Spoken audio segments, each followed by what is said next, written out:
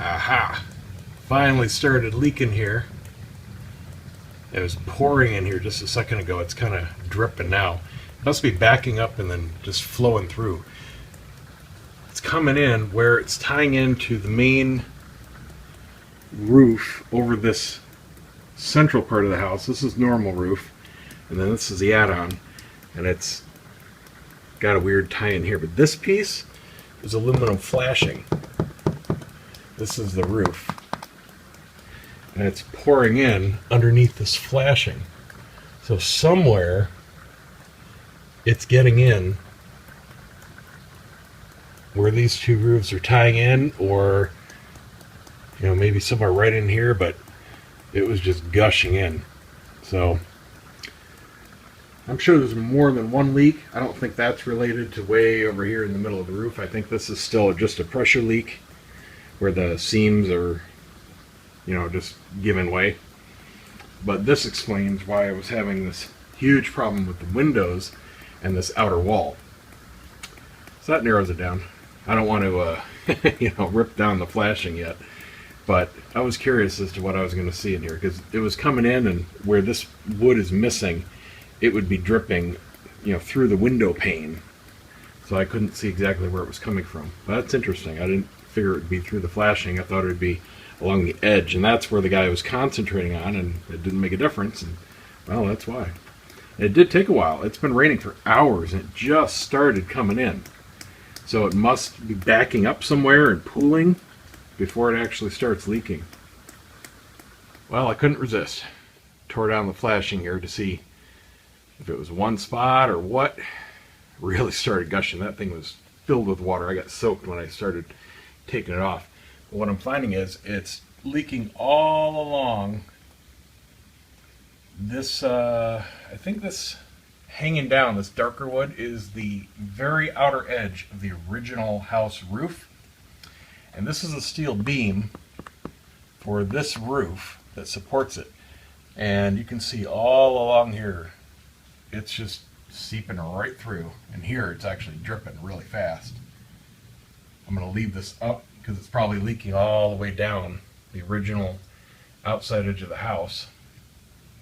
And it's just pouring in here. Yeah, I'm gonna bend this out a bit.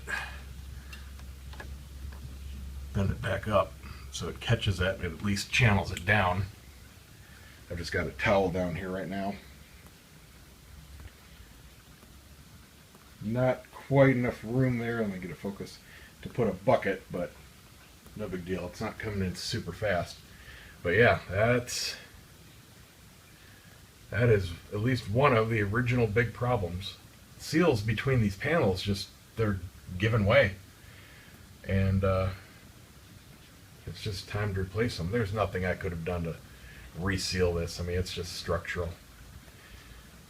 So this whole steel beam will come off and the whole panels come off. I'm going to get back. This is cinder block. This is the original house outside, and they just glued this panel onto the strip here. And I don't know what they did to seal this new roof to the outside edge, but that's not the way it's supposed to be. It's supposed to be underneath, just hanging underneath this old roof, so that the water falls off and drains off the new roof. And that's what I'm going to do. This roof, well, shoot, I can't do that because I would have to rebuild this whole wall. I don't know. I'll figure it out, but it's going to have to be a completely different way of merging the two roofs. And this is why no company will touch it right here, because of the way this is joined. This is just going to be a nightmare. But I don't have a choice. So that at least explains all the leaks I've had along the outer wall. Hey, what's that up in there? Bunch of bug casings. And they didn't even clean the outside of the roof when they put up the room. Yuck. Anyway, I think I'll stop for now because it's still really coming down outside. There's not much else I can do. I've got a live show tonight, so I don't want to really mess this up too bad. Hopefully it stops really raining out just for the audio, because that rain coming down is quite loud. But anyway, another thing. I was right about the homemade. Did I show you this? homemade electrical wiring. I can't remember if I did.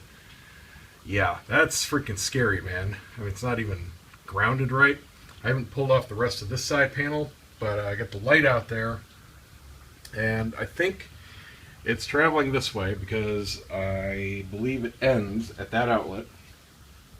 So it's looping up around the door here, and it looks like he patched this in as an afterthought, and then this looks like it was originally powering the fan, and for whatever reason he put in a second one going down that wall externally, and then it goes into the wall, and I'm sure just tying into the original outdoor outlet that's on this wall, which is the original outside wall of the house. That's cinder block behind here, so they had some outdoor outlets built into the house.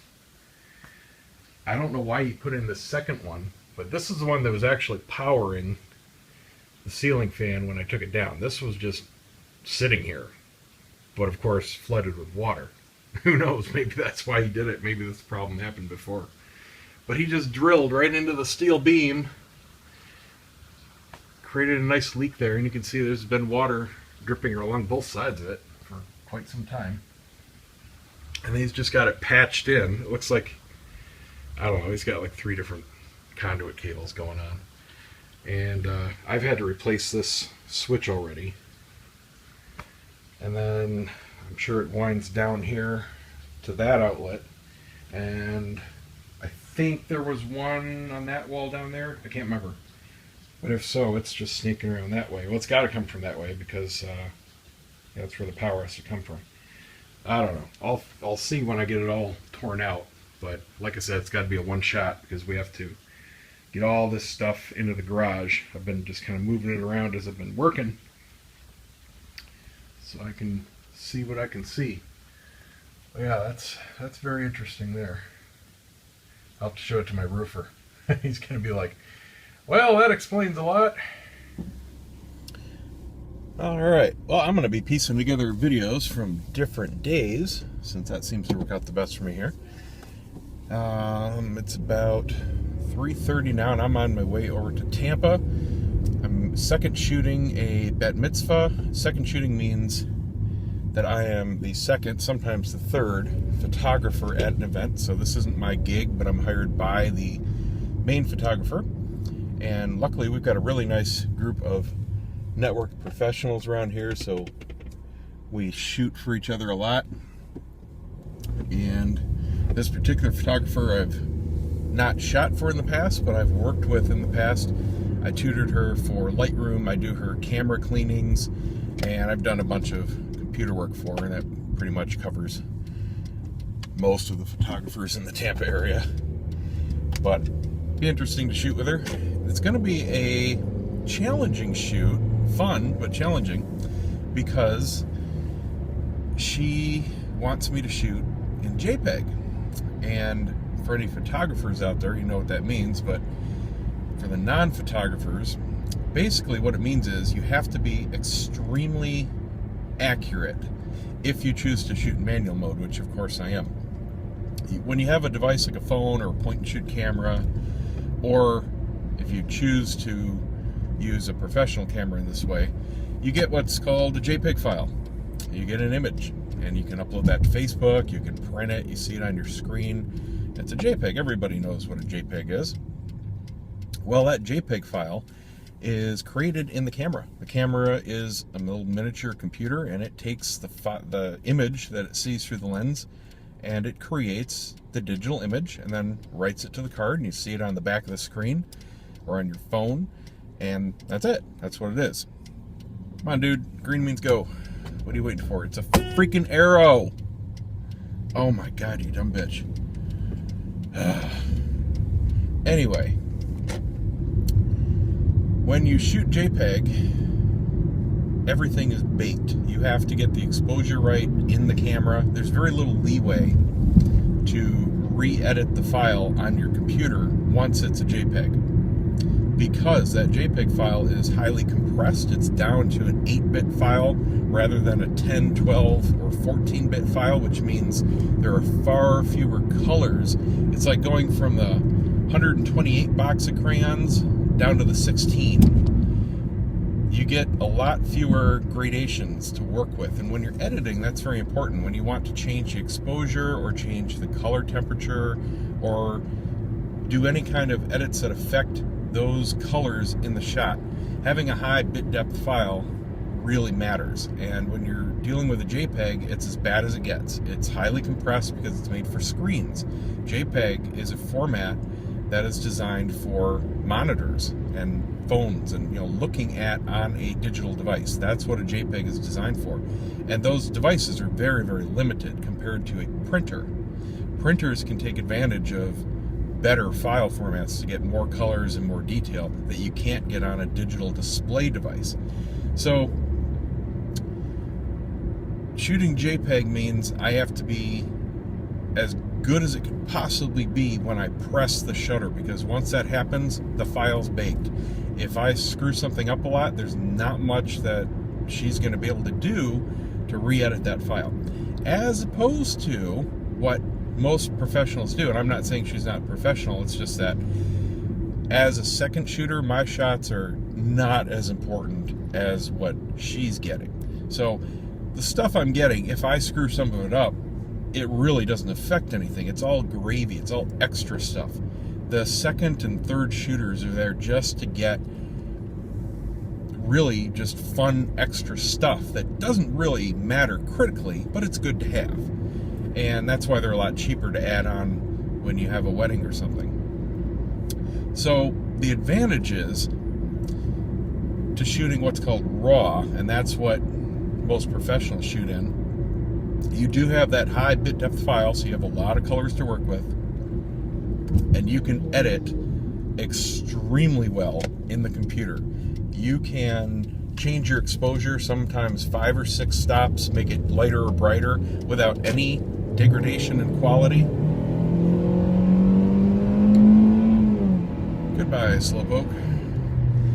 And you can then create a JPEG from that RAW however you like. So it's extremely powerful as a tool for professionals.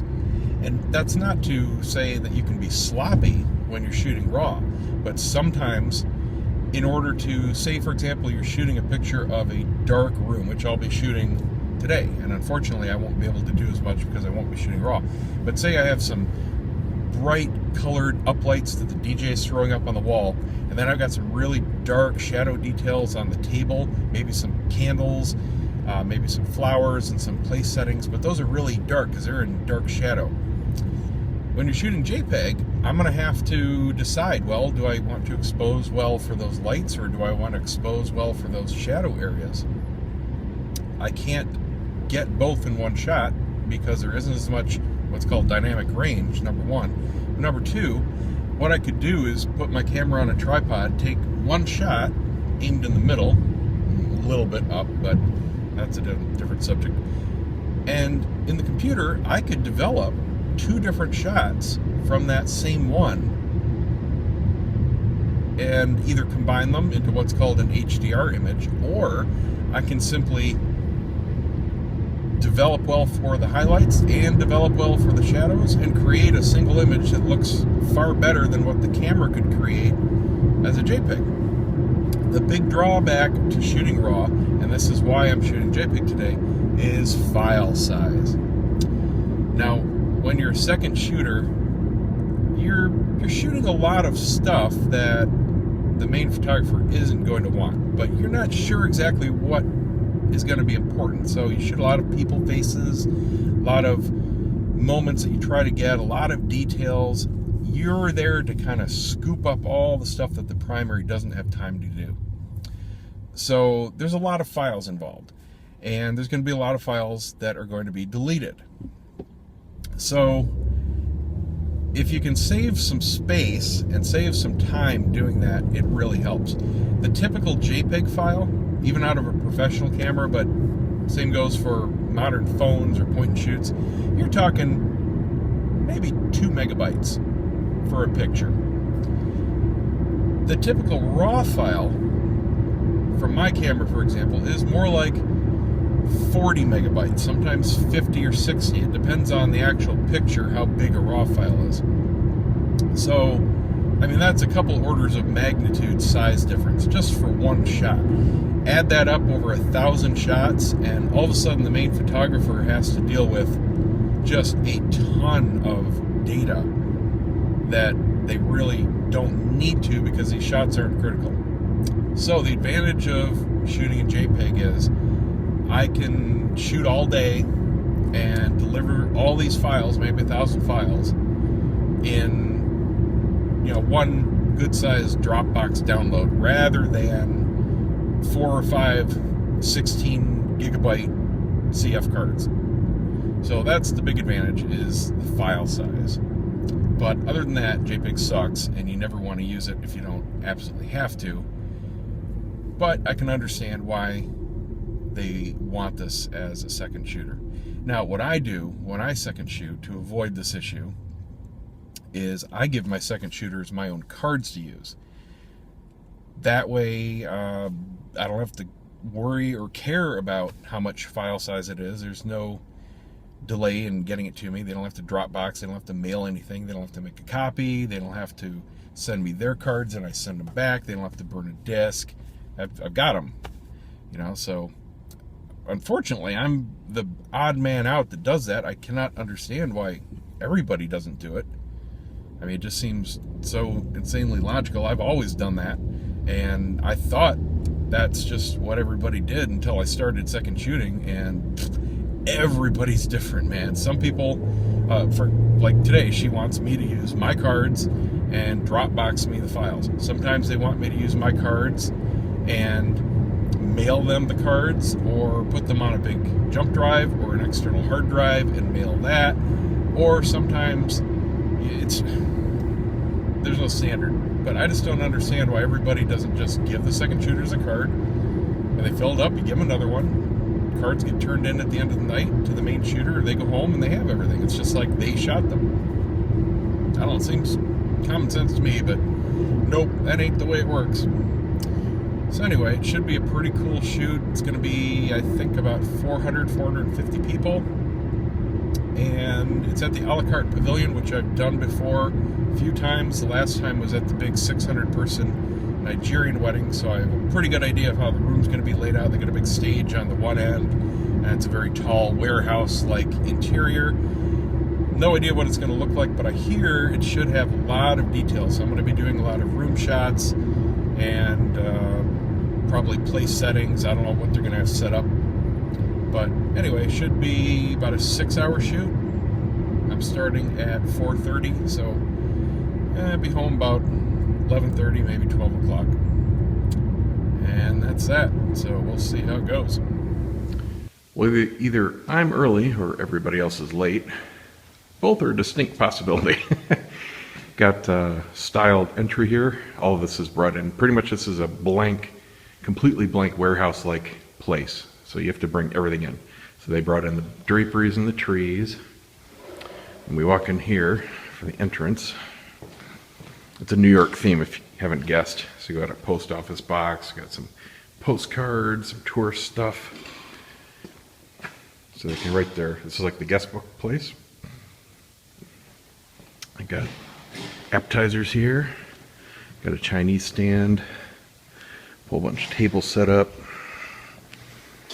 Bar. Pizza shop.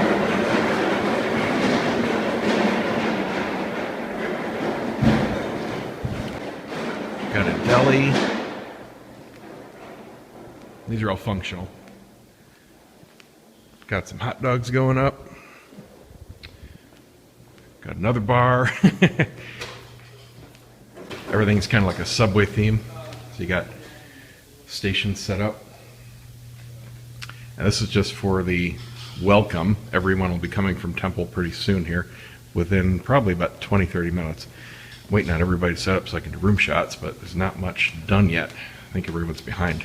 And then in here, it's like a little party room. It's like a taxi theme. Got popcorn, or these are hot dogs going up again. And what's over here? I don't know, some kind of little buffet. Photo booth. Got a break dancer, street performer, another bar. Hi, bartender. Always important. And then, in the main room, setting up another huge bar. Really beautiful tables. They're still doing the lighting. Still a lot of setup to do. I think I'm just way early. Little lighting setup booth. Not sure what's going to be here. This is some kind of food station. Gobos on all the walls. Beautiful centerpieces on the tables. They're huge. You can see how big they are compared to the chairs. Lit and filled with the gel. Incidentally, this is, yes, the same kind of gel used in cheap humidifying devices. You can get it from a florist, not the foam. They florists sell both, the foam and the gel. But you can get this gel super cheap, like 5 pounds of it for 20 bucks. It's like 1% of what you can buy it at a cigar place for. We got some flowers and water. These tables aren't set yet. Candles aren't lit. I know there's more stuff going up. Yeah, they're still setting up over here too. So I gotta wait. I can't do any of these details until it's done, because then I just have to redo them if they add one more thing to the table. No, he wants you to be just spread them in up. Whole bunch of stuff going up. Got video screens, got a live band up there too, in addition to the DJ. Big dance floor. We got, looks like a Yankees concession stand over there. Another bar. Can you tell what's important? So it should be quite a party. Well, it's been a hell of a miscommunication somewhere. It's after 5, and they still got a ways to go. I texted the main photographer who had me start at 4:30. I'm like, they're still setting up. I'm doing what I can, but I can't get anything until it's set up. She's like, oh, they're supposed to be set up, and I'm leaving Temple now. I'll be there in just a bit. And I talked to the planner here that's setting everything up. She's like, what? No, our go time's 6:15. So, yeah. Somebody's in trouble. Oh, let me know. Are you good? All right, we got some awesome entertainment here. Do your thing, my man. I'm gonna make this entire deck vanish. No one's gonna believe me, but I'm gonna do it. Now you see it. Now you don't. Pretty cool. That's awesome. I don't know if you want to keep it going. Name an even number. Any even number. 6. Now, if you notice in my hand is a 6. Ah, And they're all back just like that. Was pretty cool. that's awesome. Thank you. Well, it's 5 after 6. Still not quite set up, and nobody is here yet. Always late. But it's looking really good. They only will come in like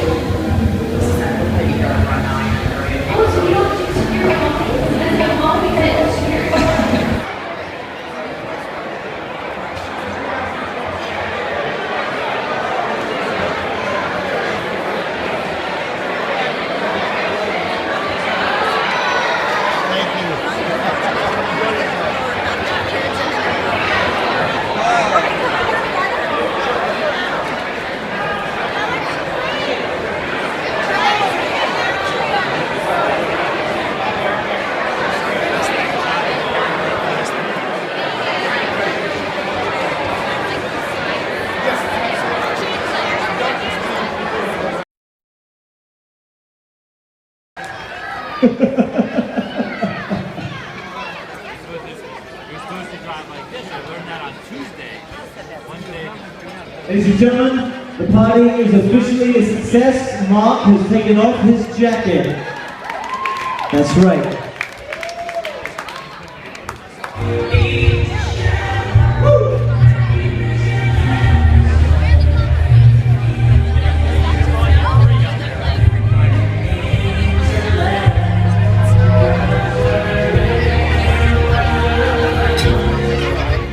All right, that is a wrap. It's almost 11. Night closed out there with the opening of a huge candy bar. Glad I don't have a sweet tooth. Oh my God. They had pretty much anything you can think of, from ice cream to rock candy to soft stuff to cupcakes and pie. Oh my God. They went crazy. But it looked really good. Really awesome party. That was easily about a $400,000 party just for turning 13. Must be nice. Anyway, feet are killing me. Time to go home. Send on the photographs to the main photographer and call it a night. I think I'm going to maybe go to Epcot tomorrow. Take a little vacation. It's been a long time since we just chilled for a day. See ya.